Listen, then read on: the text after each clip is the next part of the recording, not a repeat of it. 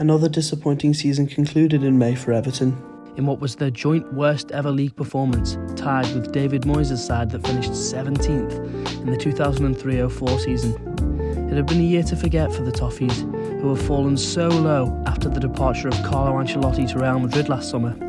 We're here to question what exactly went so horribly wrong this season that resulted in Everton being embroiled in a relegation battle despite having the 6th largest wage bill in the league. The natural target for blame would be the manager who was chosen to succeed the adored Ancelotti, former Liverpool boss Rafael Benitez. Benitez had spent nearly 6 years with Everton's neighbours and won both the FA Cup and that infamous Champions League final in Istanbul. He was appointed in June of 2021 to the dismay of the Everton fanbase, but actually enjoyed quite a strong start at Goodison Park. Losing just one of their first 6 league games, Benitez's side then went winless from October, shipping 5 at home to Watford and 4 at home to Liverpool, which prompted chants of the manager's name from the away section. It took a remarkable comeback at home to Arsenal in early December to grab the Blues what would go on to be their only win between October and February.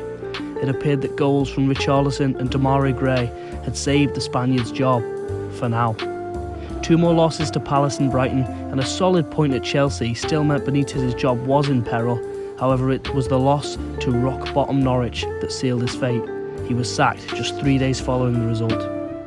However, many have argued that Benitez was destined to fail not due to his connections with the red half of Merseyside, but in fact due to the limited funds he was given to spend that summer.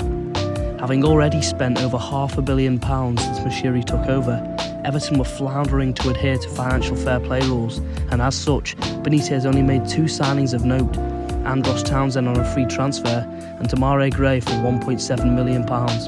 Both enjoyed strong starts to the season, but struggled after the Spaniard was sacked. Many had foreseen a season like this coming for some time, and had called into question the ability of the squad that had let down so many managers since Moshiri purchased Everton in 2016.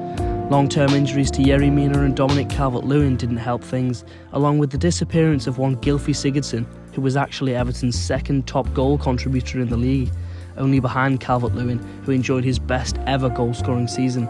James Rodriguez was another who left, continuing his long-running feud with Benitez. These 3 factors culminated in what was a truly terrible season, which was somewhat salvaged by the appointment of Frank Lampard. Even then, however, the board struggled to find the right man, with further backlash and a bizarre Sky Sports phone-in from one of the candidates, Vitor Pereira. Subsequently, Lampard was hired, and the Toffees crawled their way to safety, despite not seeing an instant upturn in form. One positive that rose from Everton's dire situation was the uniting of the fanbase in one common goal, and a real us versus them attitude was formed. Coaches were welcomed in a cloud of blue smoke, every tackle and pressure was met with a cheer, and Goodison Park returned to its brilliant best when their team needed them most. It appears that despite all the hardships felt this season, it could actually end up galvanising the club for the years to come under Lampard. Ultimately, there is not strictly one thing that determined what exactly went wrong for Everton. It was a culmination of poor decision-making that stretches back to way before this season had begun.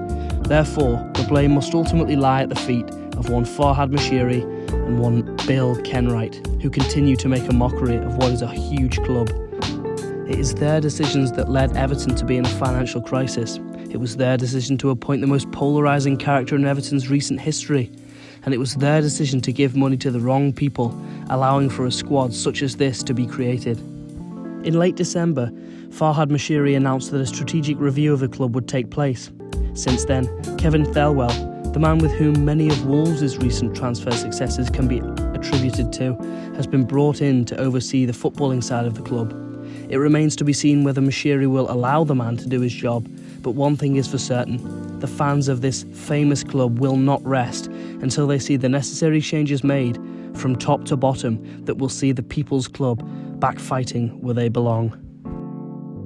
Thank you very much for watching. If you did enjoy, please like and subscribe for more content. If you have any ideas for future videos, feel free to leave them in the comment section down below.